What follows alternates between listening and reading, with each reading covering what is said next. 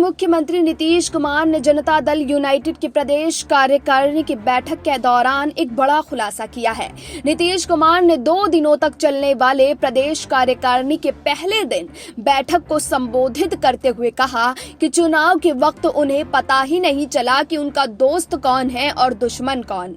राजनीतिक गलियारों में इस बात को लेकर अटकलें लगाई जा रही हैं कि नीतीश कुमार का ये बयान सहयोगी दल बीजेपी को लेकर दिया गया है, क्योंकि बैठक में चुनाव हारने वाले कई जेडीयू उम्मीदवारों ने इस बात का जिक्र किया कि उनकी हार लोक जनशक्ति पार्टी की वजह से नहीं बल्कि बीजेपी की वजह से हुई है। सूत्रों की माने तो बैठक में जिन जेडीयू नेताओं ने उन्हें चुनाव में मिली हार के लिए बीजेपी के रोल पर सवाल उठाया, उसमें चंद्रिका राय, बोगो सिंह, जय कुमार सिंह, लल्लन पासवान, अरुण मांझी और आसमा परवीन शामिल हैं। इन नेताओं ने साफ कहा कि चुनाव में उनकी हार लोक जनशक्ति पार्टी की वजह से नहीं बल्कि बीजेपी की वजह से हुई है।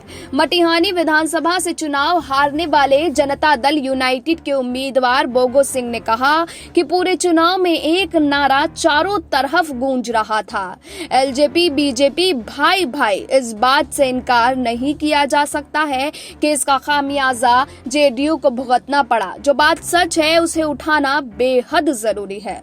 उन्होंने आगे कहा कि जेडीयू को हराने में एलजेपी से ज्यादा जिम्मेदार बीजेपी है।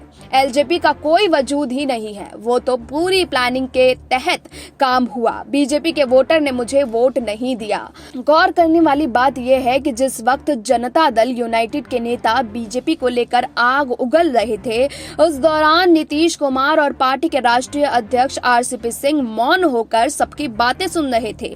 नीतीश कुमार ने कहा कि बिहार चुनाव से 5 महीने पहले ही एनडीए में सभी विषयों पर बात हो जानी चाहिए थी, मगर ऐसा नहीं हुआ।